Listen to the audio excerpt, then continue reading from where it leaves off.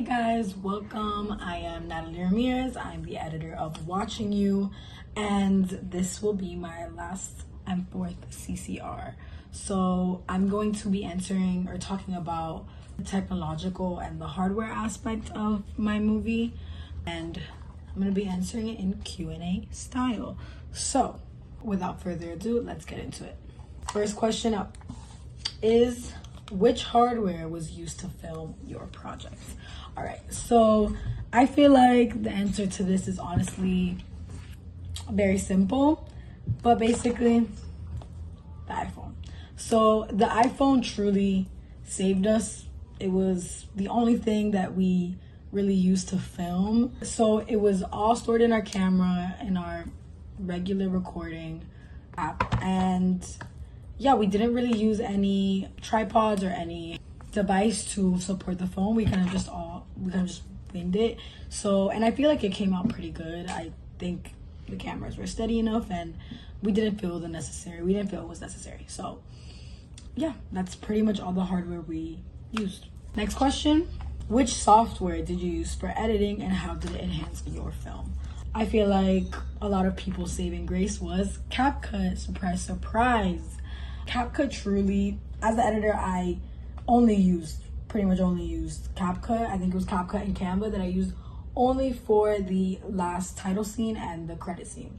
So Canva I use just because I feel like I'm more familiar with making designs, like actual designs on Canva, and I had used it before.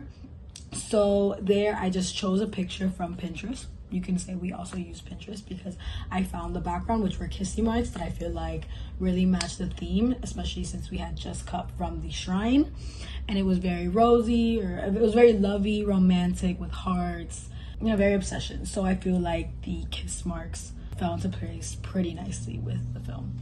I lowered the exposure as well on the Canva app just because I felt like it was too bright, and I wanted the low exposure, the low brightness to match still the eeriness or a little bit suspense, a little dark side to the movie. But there I did Watching You, and I added a transition, or I added an animation to the words, and then I also matched it up on Canva with the credit scene where I found another picture from Pinterest, and there I added the credits.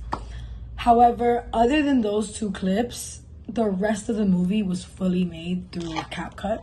There I edited. It was really easy for me as a first-time user with CapCut. I had never really known about anything about it other than TikTok, but I had never edited videos like this before this class or before this project. Never fully immersed myself to that in that application. So it was definitely a learning journey.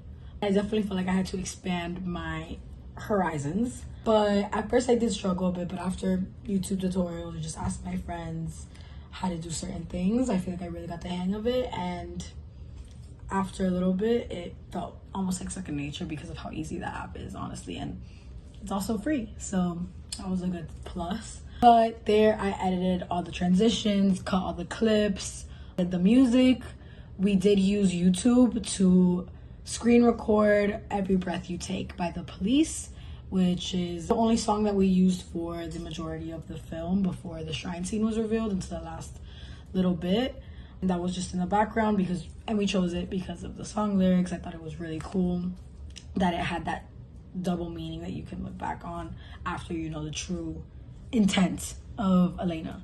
So yeah, after I used screen recorded and I just extracted the audio onto CapCut, another app was Voice Memos. We did use a Voice Memos app on the Apple phone, which we did not have mics. We didn't use that hardware, which I regret, I will say.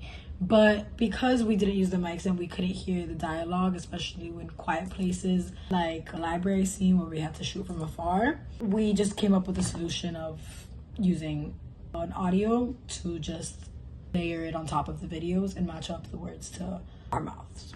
So yeah, I felt like it was also pretty easy. I did also use the normal Photos app on my phone to, towards the end, I just lowered the contrast, and it was just pretty easy for me to also edit I kind of wanted a distorted kind of energy towards the end when we showed the close-ups of the shrine, and on CapCut it was super easy. Also, the audio for the last bit of the shrine scene, it was straight from CapCut. I had just searched up audios and I searched up scary, and I ended up finding a cool piano, very unsettling, kind of creepy song or audio to put in the back of that. But yeah, that was pretty much all the software that we used. Also YouTube to upload the videos. How did you utilize online platforms during production?